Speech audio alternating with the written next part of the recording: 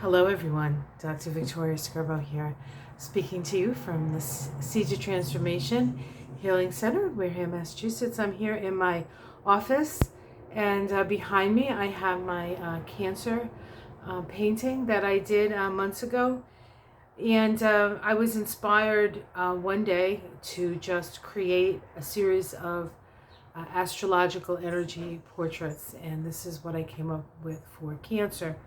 Now, the sun this morning at 5:15 a.m. on the east coast of the U.S. moved into Cancer, which means that it is the start of summer here in the northern hemisphere.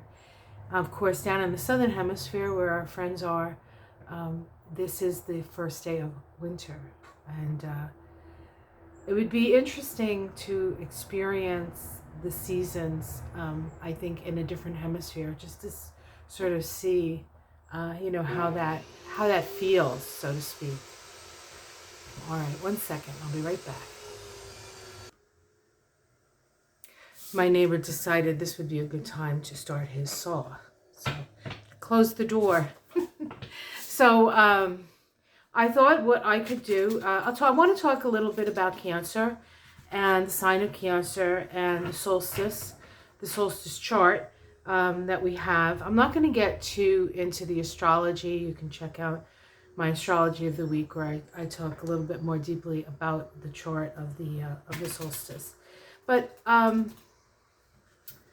summer solstice is the point where the sun moves into the sign of Cancer. And when the sun moves into Cancer, it means that the moon is sort of in charge of the season. And the moon is the most changeable sign, the most changeable planet. It's the fastest moving planet. The moon spends about 2.5 days in each sign. Right now it's in Aries. In fact, the chart of the solstice has a last quarter crisis in consciousness square between the sun and the moon. And that's important, especially today, because the moon is the ruling planet of Cancer. And so the moon, whatever sign the moon is in, pretty much dictates the energy of the day. And of course, we have Mars ruled Aries as the moon. And so we're going to feel like we want to start something. We're going to feel maybe a tad irritated. It is a last quarter crisis in consciousness square, so there's that sort of rebelliousness that comes with the day. And because it is the first day that the sun is in Cancer, that sort of Aries moon sort of continues to influence. And the Aries moon is on its way, if not already, conjunct Jupiter, which is also in Aries. So this first day of summer is quite active, and in some places quite hot. I know I was listening to Ona's tarot this morning, and it's, I think, going to be in the 90s. We have been extraordinarily lucky. In fact, the last 2 nights have been around 50. Actually, the night before was around 40 something. So cold that we had to take our peppers in. We haven't planted them in the garden yet. The garden's not quite ready for the peppers, but we do have them sort of in tubs, growing to, bigger and bigger until we can actually get them in the ground. And we had to drag them into the basement the last 2 nights. So different. It's been different in different places. So I thought I would do a card reading for this summer season. Now today, in a little while, I'm not exactly sure how long, maybe 15, 20 minutes from now, the hearings are going to happen. So I want to get back in the house for that. But I thought, why not do a card reading for the energy of the summer ahead, or the winter ahead if you happen to be in that hemisphere. But this season that we are in. Of course, during the summer, we have a couple of big astrological things happening. We have we have Uranus conjuncting the North Node. We have the second Pluto return of the United States. Saturn is still squaring the nodes. There's a lot of things up for this month, for this season. So, and then of course the fall season, we have the 2022 midterm. So We're not going to talk about that until we get to the first day of Libra, and I have a different painting behind me. All right, so as I've been talking to you, I've been shuffling. And one of the things I've noticed recently, and for myself as a Cancer, speaking as a Cancer, somebody, you know, who's pretty intimate with the energy of Cancer, I haven't always understood my Cancer, actually. I've always found it a little difficult to wonder why, or I used to wonder why I had to be a Cancer, because feeling is often not pleasant. And you know, wanting to know why I had to feel my way through this lifetime. And of course, for me, I had to feel my way through this lifetime so I could overcome any just detachment that I had, and I have a lot of detachment. I've had to deal with that my whole life. I have my South Node in Aquarius, which is very much about sort of that energy of feeling sort of not so much isolated as much as different. So, but I've always had people express much love and affection for me. So it's not like I wasn't loved. I was, and I am still. And I feel very lucky for that. I feel very grateful that the world has chosen to nurture me. And so I try to give that back to the world. And perhaps that's what the whole point of having a sun in Cancer is about. Of course, when you have your sun in Cancer, when the time is of the Cancer sun, again, you have to look at the moon. So if you happen to be a Cancer, or maybe you even have a Cancer rising, which kind of makes you very Cancerish, see where your moon is, because that's going to tell a lot about how you experience the feelings that are coming through. I personally have my moon in Pisces, which means that it's very diffuse. The energy is very diffuse. It's sometimes very difficult to understand what I'm feeling. Oftentimes because what I'm feeling isn't actually me. It's actually I'm taking sort of the temperature of the room or the situation, or, you know, when I open up to the more worldly energies, the energy of the world. So it makes for, it just, you know, it's just the way it works, so to speak. So I have been shuffling this whole time since I've been telling you about my Cancer experience as a Cancer all my life. This lifetime anyway. And I'm just about ready to pull some cards for the solstice. So let's take a look. Solstice energy. All right. We start with the Eight of Water. The Eight of Water. This is a card that speaks to us of making choices that may not jibe with what other people think you need to do. But it has more to do with, are you in a situation in your life where you're feeling emotionally fulfilled? Or do you feel like a lot of what you do is, in a way, for other people or for the benefit of what other people think? This really talks about a need to withdraw, to really know and evaluate. The eights are found in the Tree of Life in a place called Hod, and Hod is a Sephiroth associated with Mercury. So Mercury is how we take in information. And so if you want to know about your chart and how are you taking information, you look to your Mercury and you look to see not only what sign it's in, but what interactions it's making with other planets. That will often tell you how you take in information. In my chart, just as an example, I have a Mercury in Cancer, of course. and it is trine both Neptune and Chiron. So for me, the what comes in through my filters is oftentimes not only people's feelings, but the pain associated with those feelings. And so it's important to know those things about yourself. And perhaps that's what we're being asked to do, is to, know what are you feeling, and how do you come to terms with those feelings? And, people have a lot of different kinds of feelings because people are in a lot of different situations. But this ultimately speaks of withdrawing from things that no longer fulfill you and moving in a direction of fulfillment, because ultimately the journey that we take on this planet is a journey of the soul. A journey of the soul. Let's see what challenges that. Work. The Eight of Earth. So many tasks, so much work to do.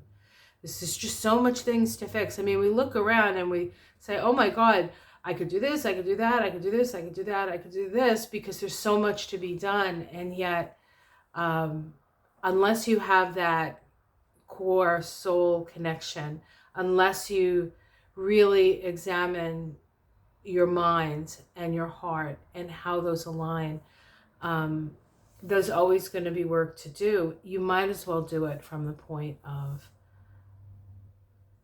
doing work that really matters, doing the stuff that feeds your soul. And at the root, we have the message of water. This is the Princess of Cups, perhaps, or the Page of Cups. We can see this beautiful woman communicating with this seahorse. The interesting thing about the seahorse is that the males, I think, raise the babies. There's some weird things here, but I want to say it's about being in alignment with the miracles around you, being in alignment with the messages that are coming through. And those messages are not big, like they're the messages that are coming aren't like in the, in the big time, in the big lights, over the waves. They're messages from nature. They're messages from the small things that surround you, because the small things that surround you is, in a way, your sensors. And if you can pay attention to nature, you may even want to go, if you can find yourself a body of water where you can sit by and listen to the waves coming in and out. If you're not able to do that, maybe it's a matter of sitting by a fountain. If there's a fountain in your city, maybe that's where you need to be. But you need to sort of be where the water is running, the water is moving, the feelings are moving. We don't want to get stuck in a feeling. And with the sun in Cancer and the moon ruling the sun in Cancer, or dispositing the sun in Cancer, what happens during the whole time that the sun is in Cancer, and then also to a certain extent the season, but much more strongly when the sun is in Cancer. So your moods are gonna change, your feelings are gonna change, and you have to be okay with that. Let's see what's in the past. We have the oh dear, messenger of water, huh? We have the Page of Water. I thought that was the page. Oh. So good news in the past. Page of Water is innocence, maybe even childhood. Yeah. So in the sky we have the Six of Water. I actually love the Six of Water. It's probably my favorite Six of Water of all the decks I have. This is about finding a safe place. This is about finding home, the home that sits within your heart.